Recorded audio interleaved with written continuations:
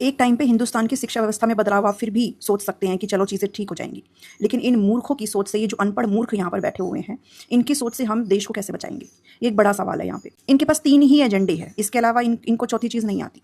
पहली चीज़ कि अगर इनको लगता है कि कोई सरकार से सवाल कर रहा है या फिर कोई कुछ भी कर रहा है, तो ये उनको बोलते हैं कि ये तो एंटी नेशनल है। ये इनका सबसे बड़ा मुद्दा है कि ये उनको बोल देते हैं ये तो एंटी नेशनल है। दूसरी चीज़, ये सीधा मुंह खोल करके ये कह देते हैं कि इनको तो ना अकाउंट में पैसे आ गए हैं, इनको तो अकाउंट में पैसे आ गए हैं। तीसरी चीज़ कि ये हर चीज़ को धर्म से जोड़ देते हैं और हर चीज़ को रिलेट कर देते हैं एक पार्टी के साथ जो कि सत्ता में इस वक्त है, और वो है बीजेपी।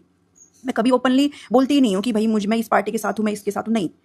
मैंने वीडियो बनाई थी, या फिर सभी लोग किस चीज़ के साथ है, मुद्दे के साथ है। मुद्दा क्या है? शिक्षा का, कि शिक्षा अच्छी हो, इस चीज़ का मुद्दा है। आज के टाइम पे हिंदुस्तान में अगर 100 पेपर होते हैं ना, तो उसमें से 90 पेपर लीक होते हैं। और इन मूर्खों को, इन जाहिलों को ये पता ही नहीं है कि अगर अभी सुधार होता है, अगर अभी बदलाव होता है, तो तुम्हारे बच्चों के लिए अच्छा रहेगा, उनको अच्छी शिक्षा मिलेगी। क्योंकि आज के टाइम पर शिक्षा क्या रह गई है? कुछ भी नहीं। जिनके पास पैसा है वो पेपर लीक करवा लेते हैं और उनके बच्चे आगे चले जाते हैं। तो इसका क्या मतलब समझिए हम, कि आपके पास, आपकी जेब में पैसा होना चाहिए ज़्यादा, तभी आपके बच्चे आगे जाएंगे। गरीब के बच्चे कुछ भी नहीं, मिडिल क्लास जो फैमिली है उनके बच्चे कुछ भी नहीं। इनको मुद्दों से कोई मतलब ही नहीं है। इनको बस 3 चीज़ें आती हैं, इसके अलावा कुछ भी नहीं आता। हर चीज़ को ये जोड़ देते हैं कि ये तो बीजेपी के नैरेटिव के अगेंस्ट है, तो तुम तो एंटी नेशनल हो। क्यों भाई? डेमोक्रेसी का मतलब होता है सवाल जवाब आप कर सकते हो।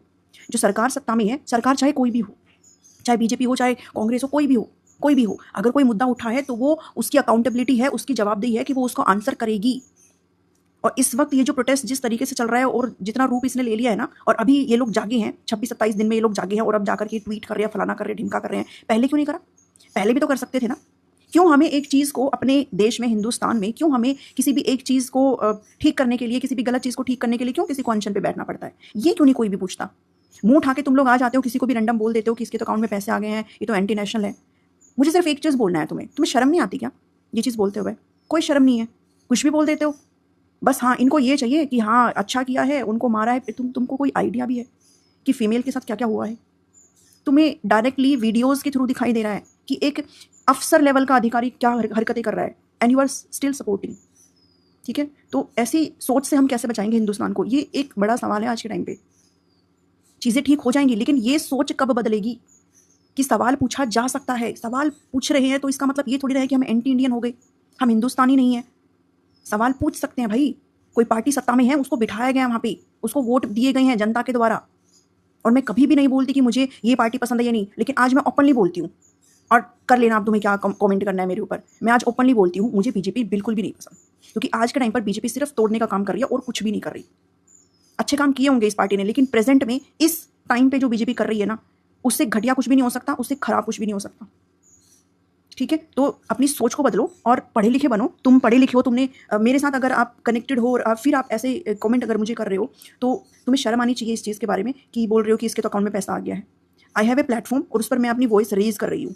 आपके विचार मेरे से अलग हो सकते हैं, आपके विचार मेरे से अलग हो सकते हैं। जैसे मैंने अपने विचार रखे हैं, ऐसे आप भी रख सकते हो, बिल्कुल रख सकते हो। लेकिन इसका मतलब ये नहीं है कि आप किसी को डिफेम करने लग जाओगे सिर्फ अपनी बात को ऊपर रखने के लिए कि इसके तो अकाउंट में पैसे आ गए हैं। कौन देगा मुझे पैसे?